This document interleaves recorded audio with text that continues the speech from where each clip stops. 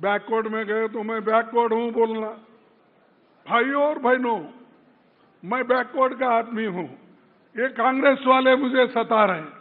अरे हम कहां सता रहे भाई, तुम सबको सता रहे हैं।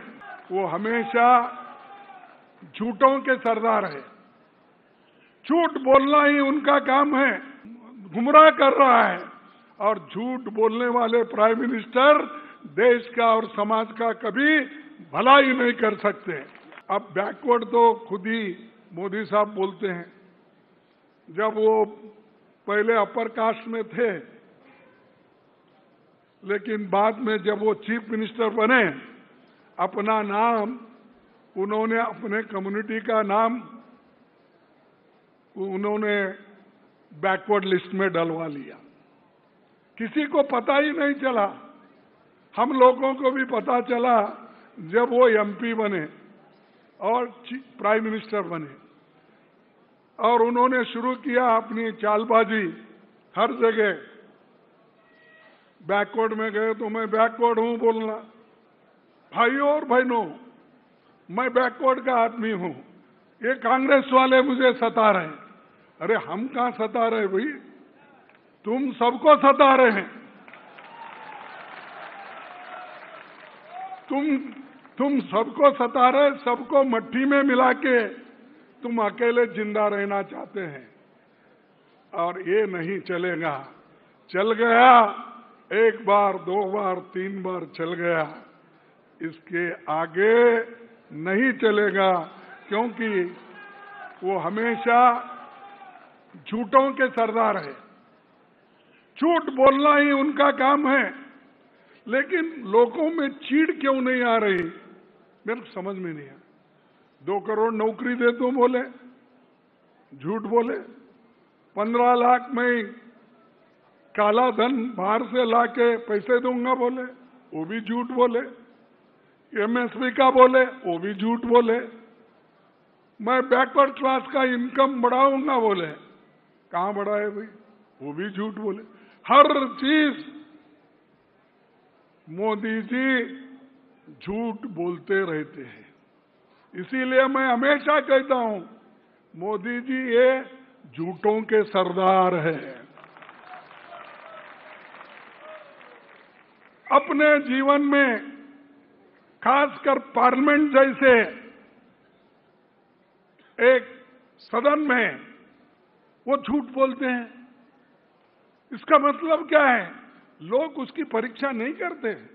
आप लोगों को समझाना चाहिए, यह आदमी झूठा है, देश को गुमराह कर रहा है।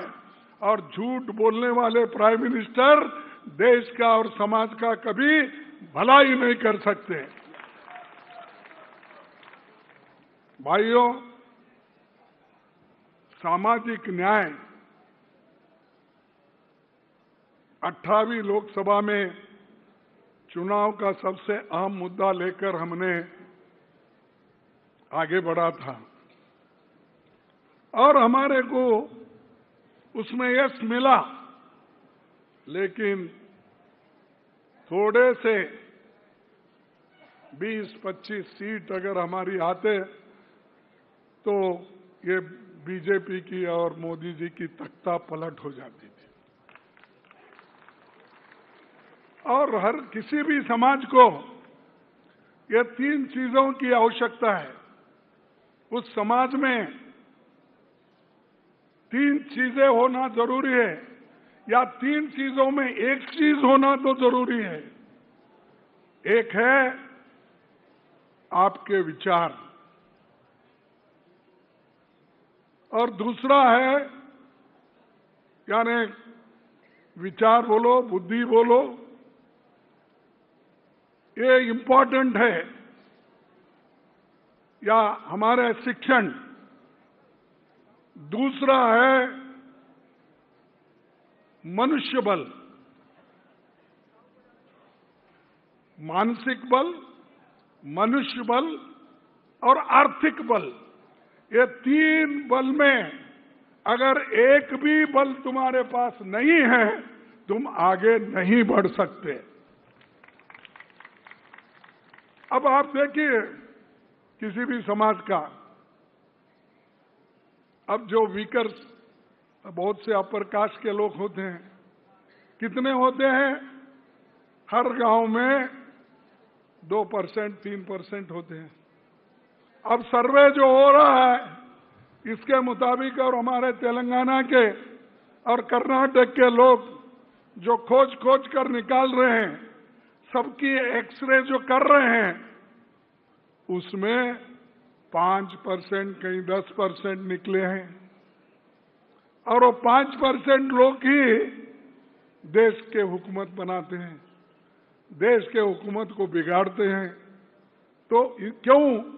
कि उनके पास एक ऐसा मुद्दा है जो शिक्षण है, मानसिक बल है उनके पास।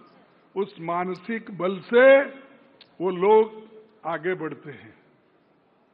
गांव में अगर हमारे पास पहले पटवारी रहते थे, जिनको हम कुलकर्णी बोलते थे, या अब विलेज अकाउंटेंट हो गए, मैं समझता हूं उत्तर प्रदेश में भी यही कहते होंगे पटवारी।